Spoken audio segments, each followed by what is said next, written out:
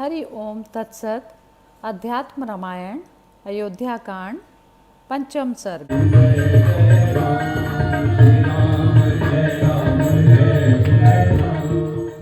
भगवान राम का वनगमन। जेहि के जेहि पर सत्य स्नेहु, सोते ही मिलै ना कछु संदेहु। सत्य को कोई छिपा नहीं सकता, सत्य का सूर्य उदय जरूर होता है। श्री महादेव जी शंकर जी पार्वती जी से बोले, जानकी और लक्ष्मण के सहित श्री रामचंद्र जी को मार्ग में आते देख और कैकेयी के वरदान आदि का समाचार सुन समस्त नगरवासी दुख में आतुर होकर आपस में कहने लगे, हाय कामवश राजा! दशरथ ने अपने सत्यपरायण प्रिय पुत्र को स्त्री के कारण छोड़ दिया। उसकी सत्यपरायणता कैसी रही, और दुष्टा कैकेयी ने भी सत्यवादी और प्रियकारी राम को वनवास क्यों दे दिया?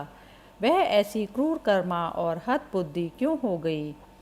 अब हमें भी यहाँ रहना नहीं चाहिए। हम भी आज ही वन को चलेंगे, जहाँ स्त्री और छोटे भाई के प्रति श्री राम के प्रति कोई प्यार ना हो। आज जानकी जी पैदल चल रही हैं। जिस त्रिलोक सुंदरी जानकी को पहले कभी किसी पुरुष ने शायद ही देखा हो, वही आज बिना किसी पर्दे के जनसमूह में पैदल चल रही हैं। इन सर्वलोक सुंदर भगवान राम की ओर सब देखो, ये भी आज बिना किसी हाथी घोड़े के पैदल ही चल रहे हैं। यह कैकेयी नाम की राक्षसी सबका नाश करने के लिए उत्पन्न हुई है। इन सीता जी के पैदल चलने से राम जी को तो बड़ा दुख होता होगा, किंतु क्या किया जाए, इसमें दैव बल ही प्रबल है। पुरुष का प्रयत्न सर्वथा असमर्थ है। इस प्रकार साधु समाज को दुख आतुर देख मुनिवर वामदेव उनके बीच आकर कहने लगे, मैं आप लोगों को वास्तविक बात बताता हूँ। आप इन श्री राम और सीता जी के लिए किसी प्रकार की चिंता ना करें। ये राम आदि नारायण भगवान विष्णु हैं, और ये जानकी जी योग माया नाम से विख्यात श्री लक्ष्मी जी हैं। इस समय जो लक्ष्मण नाम धारण कर के जो इनका अनुगमन कर रहे हैं, वे शेष जी हैं। ये पुरुषोत्तम भगवान ही माया के गुणों से युक्त होकर विभिन्न आकार वाले से प्रतीत होते हैं। रजोगुण से युक्त होकर ये ही विश्वरचयिता ब्रह्मा जी हुए हैं, और सत्वगुण विशिष्ट होने पर ये ही त्रिलोक रक्षक भगवान विष्णु होते हैं, तथा कल्पांत में तमोगुण का आश्रय लेकर ये ही जगत का प्रलय करने वाले रुद्र होते हैं। पूर्व काल में इन्हीं रघुनाथ जी ने मत्स्य रूप होकर अपने भक्त वैवस्वत मनु को नाव में बिठाकर प्रलय काल के समय उनकी रक्षा की थी।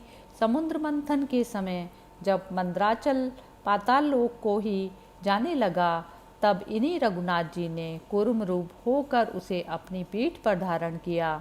प्रलय काल में जब पृथ्वी रसातल को चली, तब ये शूकर रूप हुए और उस पृथ्वी को अपनी दाढ़ों पर उठा लिया। इसी प्रकार एक बार प्रहलाद को वर देने के लिए इन्होंने नरसिंह रूप धारण किया और तीनों लोकों के कंटक रूप दैत्यराज हिरण्यकश्यपु को अपने नखों से फाड़ डाला। एक बार अपने पुत्र इंद्र का राज्य गया हुआ देख जब अदिति ने इनसे प्रार्थना की, तब इन्होंने वामन रूप धारण करके याचना करके उसे फिर लौटा लिया। इन्होंने पृथ्वी के भार रूप दुष्ट क्षत्रिय गणों को नष्ट करने के लिए भृगुपुत्र परशुराम का रूप धारण किया। वे ही जगत प्रभु इस समय राम रूप में प्रकट हुए हैं। अब ये रावण आदि करोड़ों राक्षसों का वध करेंगे। उस दुरात्मा की मृत्यु मनुष्य के हाथ ही संभव है। महाराज दशरथ ने अपने पूर्व जन्म में तपस्या द्वारा भगवान विष्णु की इसलिए आराधना की थी कि उनके यहाँ पुत्र रूप में अवतार लें, इसीलिए भगवान इनके यहाँ पुत्र हुए हैं। वे विष्णु भगवान ही श्री रामचंद्र जी हैं। अब ये रावण के वध के लिए आज ही लक्ष्मण सहित वन को जाएंगे। ये सीता जी जगत की उत्पत्ति, स्थिति और प्रलय करने वाली साक्षात भगवान की माया हैं। इनके वन गमन में राजा या के कई अणु मात्र भी कारण नहीं। कल ही इनसे नारद जी ने पृथ्वी का भार उतारने के लिए प्रार्थना की थी। उस समय स्वयं राम ने भी यही कहा था, कल मैं वन को जाऊंगा। अतः बोले, भैया आप लोग राम के लिए कोई चिंता ना करें। संसार में जो लोग नित्य प्रति राम राम जपा करते हैं, उनको भी किसी समय मृत्यु के भय आदि नहीं होते। फिर उन महात्मा राम के लिए तो दुख की शंका ही कैसे हो सकती है। कलयुग में तो एकमात्र राम नाम से ही मुक्ति हो सकती है और किसी उपाय से नहीं। ये जगत कर्ता प्रभु भक्तों को गुण कीर्तन का सुयोग देने के लिए और रावण को मारने के लिए ही माया मानुष रूप से संसार में लीला कर रहे हैं। इसके सिवा राजा दशरथ की मनोरथ सिद्धि के लिए भी इन्होंने यह मनुष्य शरीर धारण किया है। ऐसा कहकर महामुनि वामन देव जी मौन हो गए। यह सुन वहाँ एकत्रित हुए सब द्विज गणों ने भी भगवान राम को सर्वव्यापक श्री विष्णु भगवान जाना और वे अपने हृदय का संशय छोड़कर श्री रामचंद्र जी का स्मरण करने लगे। जो पुरुष नित्य प्रति राम और सीता के इस रहस्य का मनन करेगा, उसकी भगवान राम में विज्ञान के सहित दृढ़ भक्ति हो जाएगी। अब आप लोग राम के परम प्रिय हैं, अतः यह रहस्य सदा गुप्त रखें। ऐसा कह प्रियवर वामन देव जी वहाँ से चले गए और पूर्वजनों ने भी जाना कि राम परमात्मा हैं। इसके पश्चात राम जी ने बिना किसी रोक टोक के पिता के महल में प्रवेश किया और लक्ष्मण तथा सीता जी के सहित वहाँ पहुंचकर कैकेयी माता से कहा, आपके कथनानुसार हम तीनों वन को जाने के लिए तैयार होकर आए हैं। अब शीघ्र ही पिताजी हमें आज्ञा दें।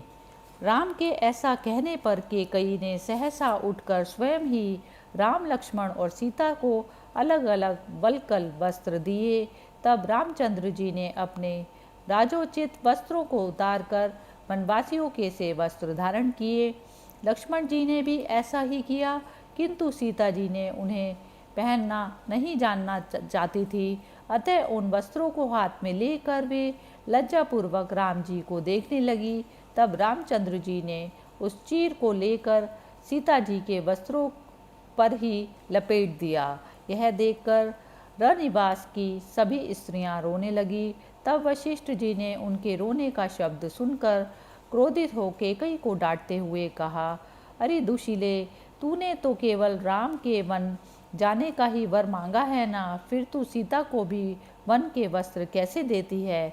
यदि पतिव्रता सीता भक्तिवश राम के साथ जाना चाहती है तो वह समस्त आभूषणों से विभूषित तथा दिव्य वस्त्र धारण किए हुए ही जाए तथा नित्य प्रति राम के वनवास दुख को दूर करती हुई उनको आनंदित कर। तब महाराज दशरथ ने सुमंत्र से कहा, सुमंत्र तुम रथ ले जाओ, वनवासियों के प्रिय ये राम आदि रथ पर चढ़कर ही वन को जाएंगे। ऐसा कह वे सीता और लक्ष्मण के सहित राम को देखकर दुख से पृथ्वी पर गिर पड़े और आंखों में आंसू भर कर रोने लगे। तब राम जी को देखते देखते शीघ्र ही सीता जी रथ पर चढ़ गई। फिर रामचंद्र जी पिता की परिक्रमा करते हुए रथ आरूढ़ हुए और उनके पीछे 2 खड्ग तथा 2 धनुष और तरकश लेकर श्री लक्ष्मण जी सवार हुए और सारथी से रथ हाँकने को कहा। तब राजा दशरथ कहने लगे, सुमंत्र ठहरो, किंतु रामचंद्र जी ने चलो चलो कहकर शीघ्रता करने को कहा। इसलिए सुमंत्र ने रथ हाँक दिया। राम के दूर निकल जाने पर महाराज मूर्छित होकर पृथ्वी पर गिर पड़े। तदंतर समस्त पूर्ववासी बालक, वृद्ध और वयोवृद्ध मुनिगण, हे राम ठहरो, मत जाओ मत जाओ, इस प्रकार चिल्लाते हुए रथ के पीछे चल पड़े। राजा दशरथ बहुत देर तक रोते रहे। फिर उन्होंने अपने सेवकों से कहा, मुझे राम की माता कौशल्या के घर ले चलो। मुझ दुखिया का वहाँ रहकर कुछ काल जीना हो सकता है, किंतु राम से रहित होकर मैं अब अधिक काल जीवित न रह सकूंगा। तब कौशल्या के घर पहुंचते ही राजा अचेत होकर पृथ्वी पर गिर पड़े। फिर बहुत देर तक चेत होने पर वे चुपचाप बैठे रहे। इस पर श्री राम जी तमसा नदी के तट पर पहुंचकर वहां सुखपूर्वक रहे और रात्रि के समय बिना कुछ आहार किए केवल जल पीकर सीता जी के सहित वृक्ष के नीचे सो गए तथा सुमंत्र के सहित धर्मात्मा लक्ष्मण जी धनुष को लेकर उनकी रक्षा करते रहे। उनके पास ही समस्त पूर्ववासी आकर ठहर गए। उन्होंने निश्चय किया कि हम या तो राम को अयोध्या लौटा लेंगे और या फिर हम इनके साथ वन को चले जाएंगे। श्री रामचंद्र जी को उनके इस निश्चय का पता लगने पर अति विस्मय हुआ और उन्होंने यह सोचकर कि मैं तो अयोध्या को लौटूंगा नहीं, ये व्यर्थ वन में इधर उधर भटके रहेंगे, सुमंत्र को बुलाकर कहा, हे सुमंत्र, तुम रथ ले आओ, हम अभी चलेंगे।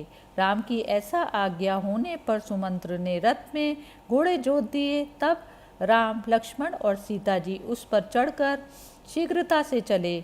उन्होंने अपना रथ बहुत कुछ दूर अयोध्या की ओर ले जाकर फिर वन की ओर बढ़ाया। प्रातःकाल होने पर पूर्ववासियों ने उठकर जब राम को ना देखा तो वे अत्यंत दुखी हुए और रथ के पहियों की लीक के मार्ग को देखते हुए वे अयोध्यापुरी में लौट आए तथा प्रतिदिन हृदय में राम और सीता का ध्यान करते हुए वहां रहने लगे।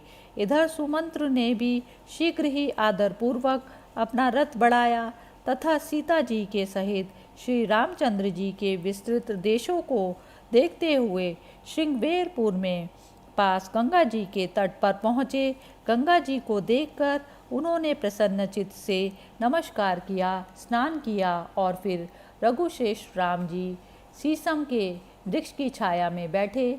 इसी समय निषाद राज गुह ने लोगों के मुख से राम जी के आने का मंगल समाचार सुना। यह सुनते ही वह तुरंत अपने एकमात्र सखा और स्वामी श्री रघुनाथ जी को देखने के लिए प्रसन्न चित्त से भक्तिपूर्वक फल, शहद और पुष्प आदि लेकर वहां आया और वह भेंट की सामग्री राम के आगे डालकर दंड के समान पृथ्वी पर गिर पड़ा। तब रघुनाथ जी ने उसे तुरंत उठाकर ही गले लगा लिया। उसके बाद श्री रामचंद्र जी ने कुशल पूछने पर गुह ने हाथ जोड़कर कहा, हे लोक पावन, मैं धन्य हूँ, आज मेरा निषाद जाति में जन्म लेना सफल हो गया। हे रघुश्रेष्ठ, आपके अंग संग से मुझे परम आनंद प्राप्त हुआ। हे रघुवर, आपके दास का यह निषाद राज्य आप ही का है, इसीलिए हे रघुनाथ जी, आप यहाँ रहकर हम लोगों की रक्षा कीजिए। चलिए नगर में पधार कर मेरा घर पवित्र कीजिए। हे भगवान, आपके लिए मैंने जो कुछ फल मूल आदि एकत्रित किया है उन्हें स्वीकार कीजिए। हे सुरश्रेष्ठ, मैं आपका दास हूँ, आप मुझ पर कृपा कीजिए। तब श्री राम ने अति प्रसन्न होकर उससे कहा, मित्र सुनो, मैं 14 वर्ष तक किसी घर या गांव में नहीं जा सकता और ना किसी और के दिए हुए फल मूल आदि ही खा सकता हूँ। मित्र, तुम्हारा यह संपूर्ण राज्य मेरा ही है और तुम भी मेरे अत्यंत प्रिय सखा हो। इसके बाद श्री राम ने बट का दूध मंगाकर लक्ष्मण जी के साथ भली प्रकार संवार कर जटाजूट बांधे। लक्ष्मण जी ने कुश और पत्तों की एक शैया बना दी।